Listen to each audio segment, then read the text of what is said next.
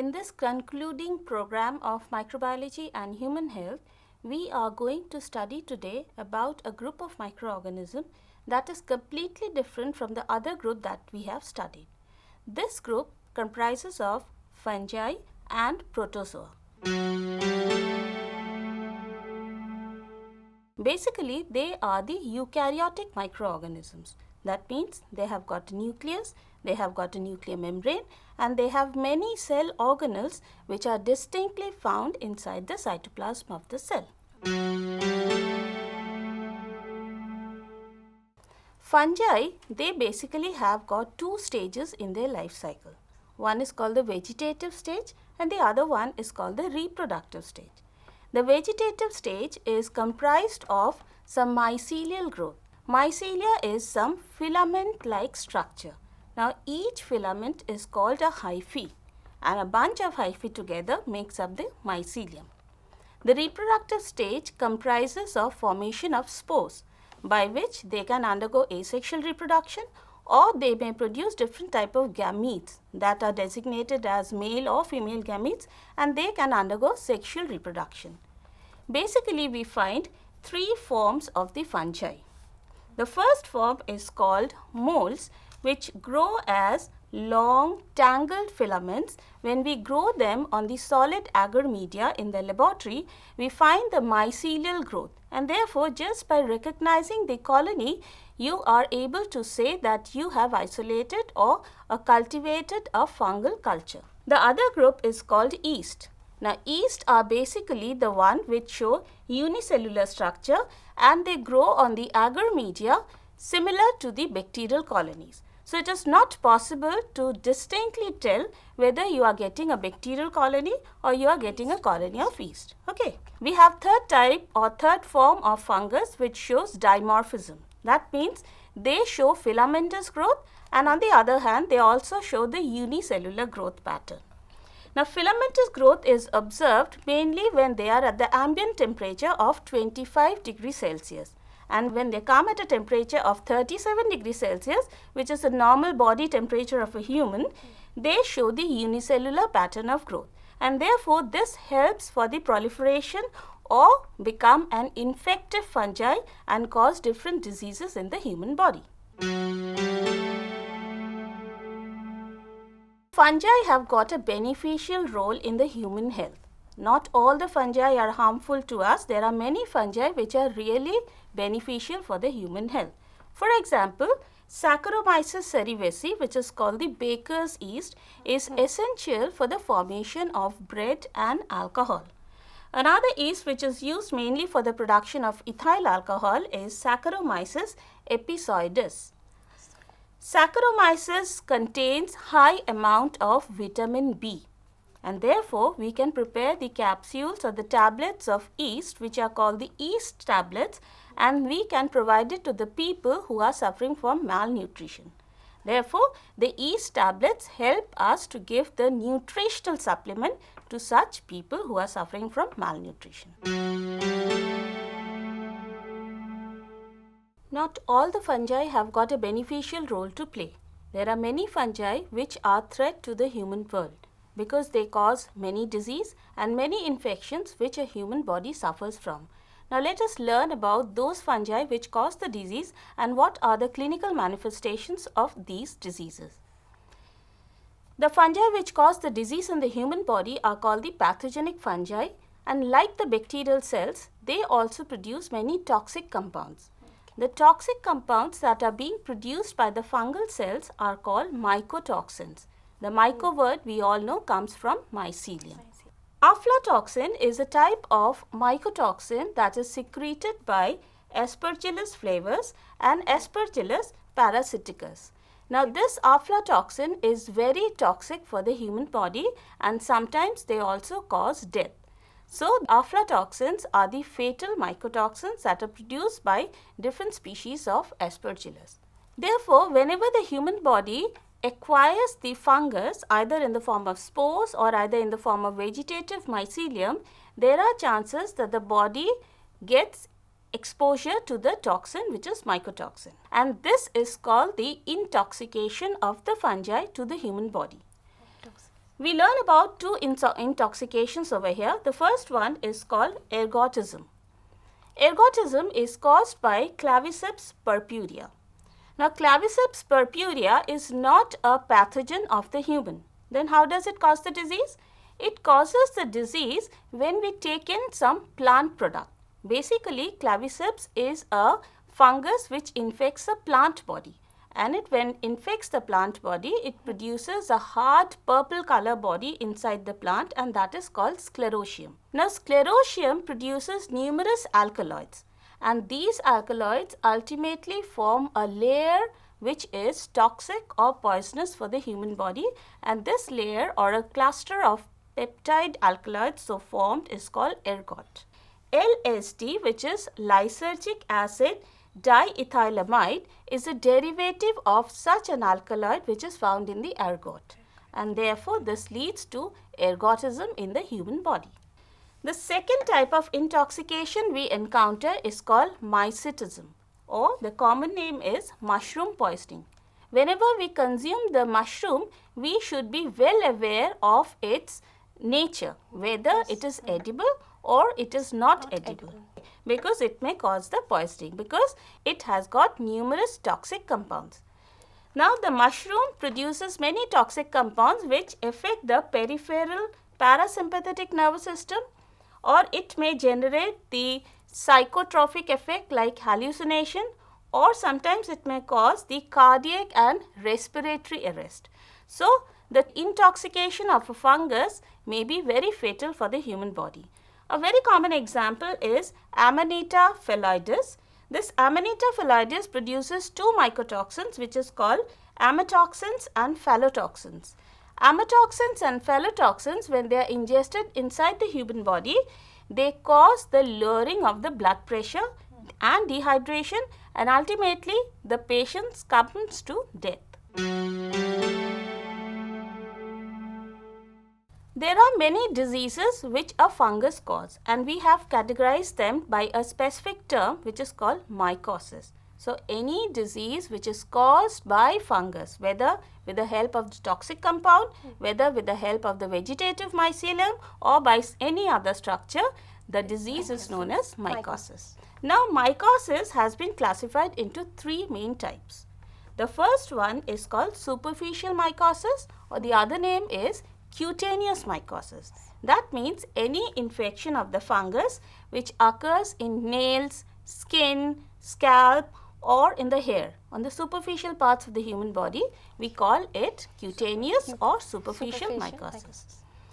The subcutaneous mycosis is the second type of mycosis where the infection of the fungus takes place in the deeper layers of the skin, although the clinical manifestations may appear on the surface of the skin. The third type is called the systemic mycosis, which is the most fatal one because it is the one which causes the infection in the internal organs of the human body. Now, how it happens? A person inhales the spores of the fungus. The spores get inside some internal organs, say for example lung.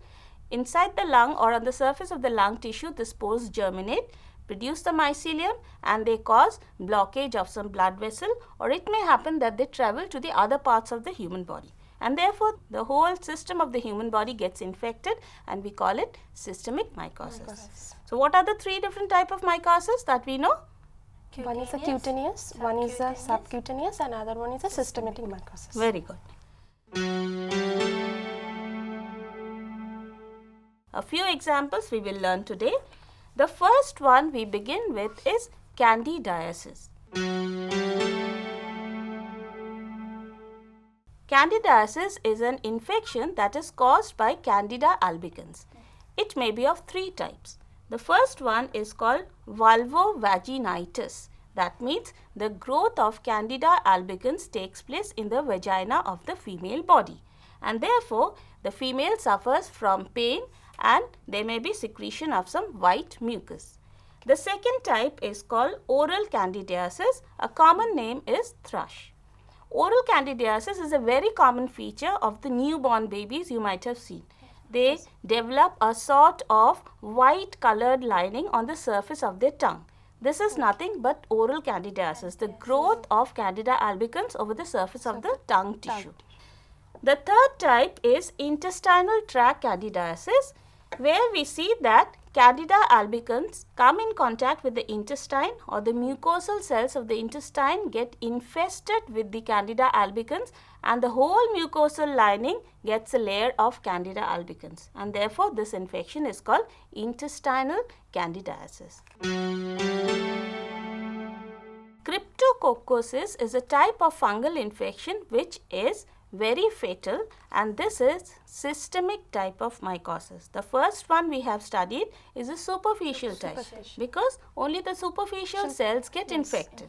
But in Cryptococcus, this is a systemic type of infection which is caused by Cryptococcus neoformans. It is a fungus, and we have severe headache. Stiffness in the neck and paralysis also occurs in the fatal stages or in the later development stages of the pathogenesis. This may be diagnosed if we take or we go on for the puncturing of the spinal cord and take out the cerebrospinal fluid. We come across many Cryptococcus cells inside the cerebrospinal fluid. So, they can travel to the cerebrospinal fluid of the meninges of the brain, and they can cause meningitis, and therefore the symptom of stiffness of the neck and paralysis takes place. So, this is a very fatal fungal infection in the human body. Aspergillosis is a very common disease that the humans suffer from, because we are always exposed to the environmental samples. But the aspergillosis, which is very much fatal for the human body, is called invasive aspergillosis. This invasive aspergillosis is caused by Aspergillus fumicatus. The normal aspergillus infection or aspergillosis is normally an opportunistic infection. That means those persons which have got immunosuppressed immunity, they normally suffer from the conditions of aspergillosis. Now, aspergillus, when they get inside the body of the human, that means the spores come inside the body of the human, they mature, develop into mycelium, and this mycelium causes the blockage of the blood vessels. Along with that, there may be inflammation of the inner lining of the heart, or clots in the heart vessels may be formed. So, what happens is the heart collapses, because the heart is not able to pump out the blood, and therefore the human body collapses. I have a question that aspergillosis, you told that is an opportunistic pathogen, that is they cause disease in an immunocompromised patient. So, is it possible for aspergillus to cause disease in a healthy human? Yes, it is very much possible that inside a healthy human, the invasive aspergillosis can occur. But depending upon the body's defense mechanism. For example, if the condition is already immunosuppressed, that means few number of spores can cause the disease. But if the immunity is quite enhanced, that number of spore will not cause the disease, but a higher number of spore. That means the infective dose rises. The few spore which were causing the disease in the immunosuppressed patient, the same number of spores cannot cause the disease in a healthy. But if the healthy person is exposed to more number of spores, then they may acquire the disease of aspergillosis. Okay. The common symptoms of this invasive aspergillosis is headache, fever with chills, you have bloody cough, shortness of breath, chest and joint pain may also take place. Ringworm infection does not depict any form of worm, but rather this is a fungal infection caused by Microsporum. This is a type of subcutaneous mycosis. That means they occur in the deeper layer of the skin. They do not go to the organ, but the manifestations appear on the surface of the skin. The patches that appear, they look like the ringworm structure. Here you can see the picture. The patches appear on the scalp of the newborn baby like a ringworm, and therefore this is a fungal infection which is known as a ringworm infection. Athlete foot is another fungal infection that is caused by Epidermophyton floccosum. This Epidermophyton floccosum usually grows in the web area which is between the toes and is common in the person who wear shoes continuously for a much longer time, because these parts are humid, they are in dark and favors the growth of the fungus, and therefore such persons suffer from a disease which is called athlete's foot. Does that mean that professional swimmers or divers are at more risk of this infection? Exactly so. Because the swimmers, if they do not dry themselves properly, there are chances that the conditions remain humid for a much longer time. And therefore, whenever a person comes out of the swimming pool, we say that they should take a bath first and then dry out their body so that they do not have the growth of the fungus on their body parts. Protozoa are again the eukaryotic microorganism which cause many diseases in the human body. Leishmaniasis is a very common protozoal disease that is caused by Leishmania. Leishmaniasis can be cutaneous or it can be visceral. The cutaneous Leishmaniasis refers to the infection which occurs to the superficial parts of the human body, whereas the visceral Leishmaniasis refers to the infection which occurs in the internal organ of the human body. Cutaneous Leishmaniasis is caused by Leishmania major and the visceral is caused by Leishmania donovani. This is basically a vector-borne disease. That means the Leishmania either survive in a female sandfly or they infect the human body. So, the female sandfly through which it gets infected inside the human body, this phlebotomous is the name of the female sandfly in which the Leishmania parasite are there. Now, Leishmania can have two forms. Either they are promastigote or they are amastigote. Amastigote means they do not have a flagella. That means their motility is restricted. While the promastigote means they have a flagella and therefore they are much motile. In the sandfly, the promastigotes are there which are produced in a high number in the foregut or in the hindgut. That means in the hindgut of the sandfly, they have the amastigote which converts into promastigote, and this promastigote increase in number, and when they bite any human body, the promastigote are transferred from the salivary gland to the human body. Okay. Now, the part of the human body where it takes the bite is being engulfed. That means that part is totally captured by the neutrophils because neutrophils undergo chemotaxis. So, wherever we have the infection, the neutrophils go, run and capture the promastigote. Now, after they capture the promastigote, they transfer it to the macrophages. Here you can see in the diagram, the promastigote are being transferred from the neutrophil to the macrophages. Now, inside the macrophages, this promastigote which was having the flagella get dissolved. That means the promastigote are converted into amastigote because they do not want to be motile now, because the macrophages are the residents of the amastigote or the residents of the Leishmania, where they want to live, where they want to multiply. So, they take the help of macrophages, increase their number, and a lot amount of amastigotes are produced in the macrophages. So, this is called the diagnostic stage, because if we take out the blood of such an infected person and go in for the macrophages, we can find numerous amount of amastigote which is called the parasitic load inside the macrophages. So, these amastigote which are produced in a huge number in the macrophages, again when the sandfly bite, it gets the amastigote from the human body which travels to the midgut of the insect, and there it gets converted into the promastigote, and then going into the foregut it multiplies and the cycle goes on. So, this is the stages of Leishmaniasis. Amoebiasis is caused by Entamoeba histolytica.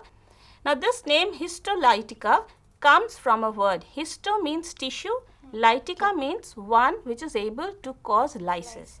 That means this is a parasite which is able to cause the lysis of the tissues of the human body. So, whenever the cyst is ingested, they pass through the stomach, passes through the large intestine, and when it comes into the small intestine, the cyst mature into the amoeba. When the cyst mature into the amoeba becomes invasive. That means this is the infective stage of entamoeba, and this produces ulceration in the intestine.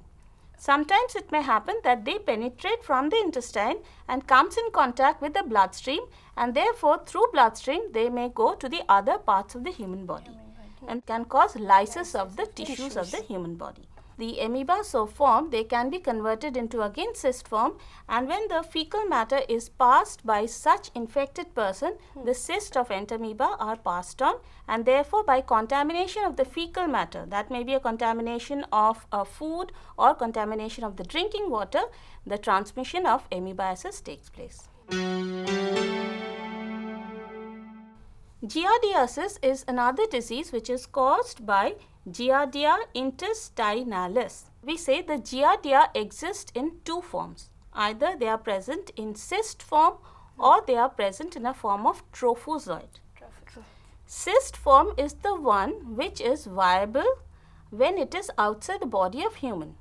But the trophozoite form becomes non-viable when it comes outside the body of the human. Therefore, trophozoite cannot take on the adverse condition or the adverse environmental condition. It can only survive when it is present inside the body of a human. So, symptoms of this giardiasis is you have gastric cramps, you have flatulence or foul smelling watery diarrhea. The treatment of giardiasis can be taken out with the help of the drugs like metronidazole or trinidazole, which are antiprotozoan in nature. Here we see the picture where we find that the contaminated food or the water may have the cyst of giardia, which is taken up by the human body, and when it passes through the stomach, the acidic environment of the stomach favors the conversion of cyst to the trophozoite form. And therefore, inside the human body, the trophozoite form is being formed, which is filamentous in nature, and this trophozoite form, when comes out of the human body through fecal matter, does not survive. So, immediately what they want is they convert themselves to the cyst form. So, again through the fecal matter, they can be transmitted. Filariasis is a protozoan disease caused by Wucheria bancrofti. Now, Wucheria bancrofti is a protozoa which causes the swelling of the lymphatic tissues. Wucheria bancrofti can survive in an adult form for 7 years inside the body of a human. This is typically a disease of the farmers who work in the agricultural fields because they are barefooted. The soil contains the eggs of Wucheria bancrofti. You have the rhabdiform, which is transformed into filariform. This filariform is spindle shaped, very thin, very small, and it is able to invade the skin of the foot of the human body. So, this filariform gets inside the human body and it may travel to the lungs. Some may also travel to the large intestine and then to the small intestine, and they mature into the filamentous form. You said that it can survive for 7 years. Ma'am, aren't there any early detection ways so that this disease can be stopped at an earlier stage? The organism is there inside the human body in an adult form for 7 years. It may happen and that in the first 2 years, it does not develop any sign and symptoms. So, when it does not develop any sign and symptoms, you are not able to say whether you are suffering from the disease or not. Exactly. But when it matures and causes the swelling of the lymph nodes, and then you have the condition which is called filariasis or elephantiasis. By then it's too late. By then it's too late because the early detection is not possible since we don't have any clinical manifestation. We don't have the symptoms of fever, nausea, stiffness of the neck, nothing like that. And therefore, it's not possible to detect it at an early stage. A very common disease we all know, this is caused by Plasmodium vivax, Plasmodium ovale, Plasmodium malaria and Plasmodium falciparum. There are 3 stages of the parasite. One is called the sporozoid stage, the second one is called the merozoid stage, and the third one is called gabetocyte. Now, let us understand how these 3 stages help in the infection process. That means the process of causing malaria in the human body. Plasmodium basically resides in 2 hosts. One is called the definitive host, which is the mosquito or the female mosquito, and one is called the intermediate host, which is the human body.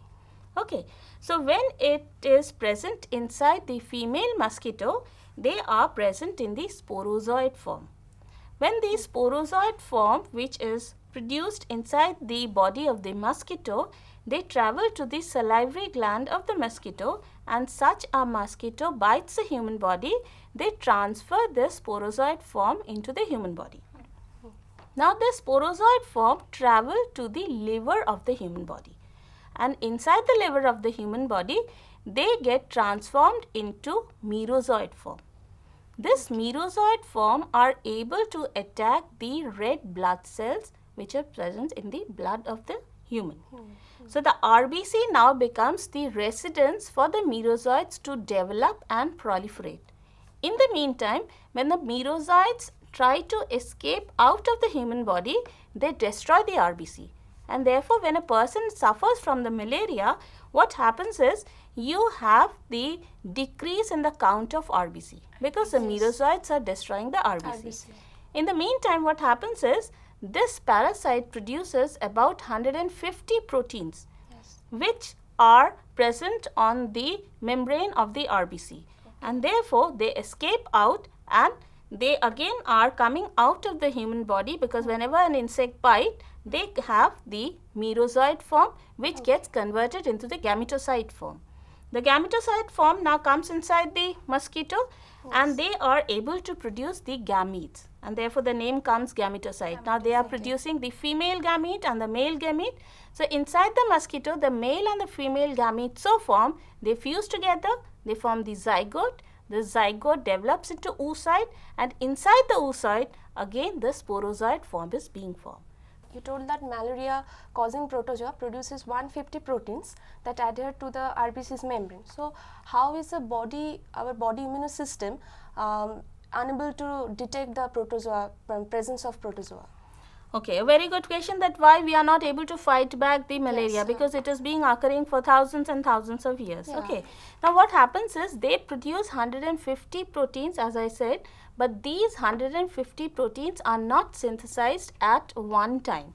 That means there is always a permutation combination of 150 genes, and these 150 genes are the one which are responsible for the expression of 150 proteins. So all the 150 proteins are not synthesized at one place. There may be synthesis of say 102 proteins, or the permutation combination changes this synthesis, and therefore the body is not able to produce any effective antibodies against this malarial parasite, and therefore till now we are being affected with the malarial parasite.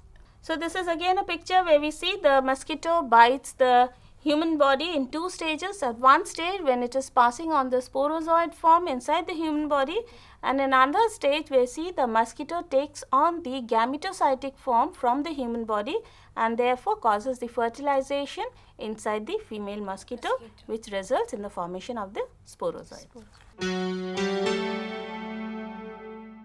Therefore, we conclude that not only bacteria and viruses cause disease in the human body, there are many fungi and protozoa which also cause disease in the human body. The difference is the fungi and protozoa are eukaryotic microorganisms, and bacteria and virus, what we have studied, are prokaryotic microorganisms. And the disease symptoms may appear same for many bacterial diseases as well as the fungal or protozoan diseases, but the diagnosis is very important, because till we don't go in for the diagnosis, we are not able to confirm whether it's a bacterial disease, viral disease, fungal disease or protozoal disease.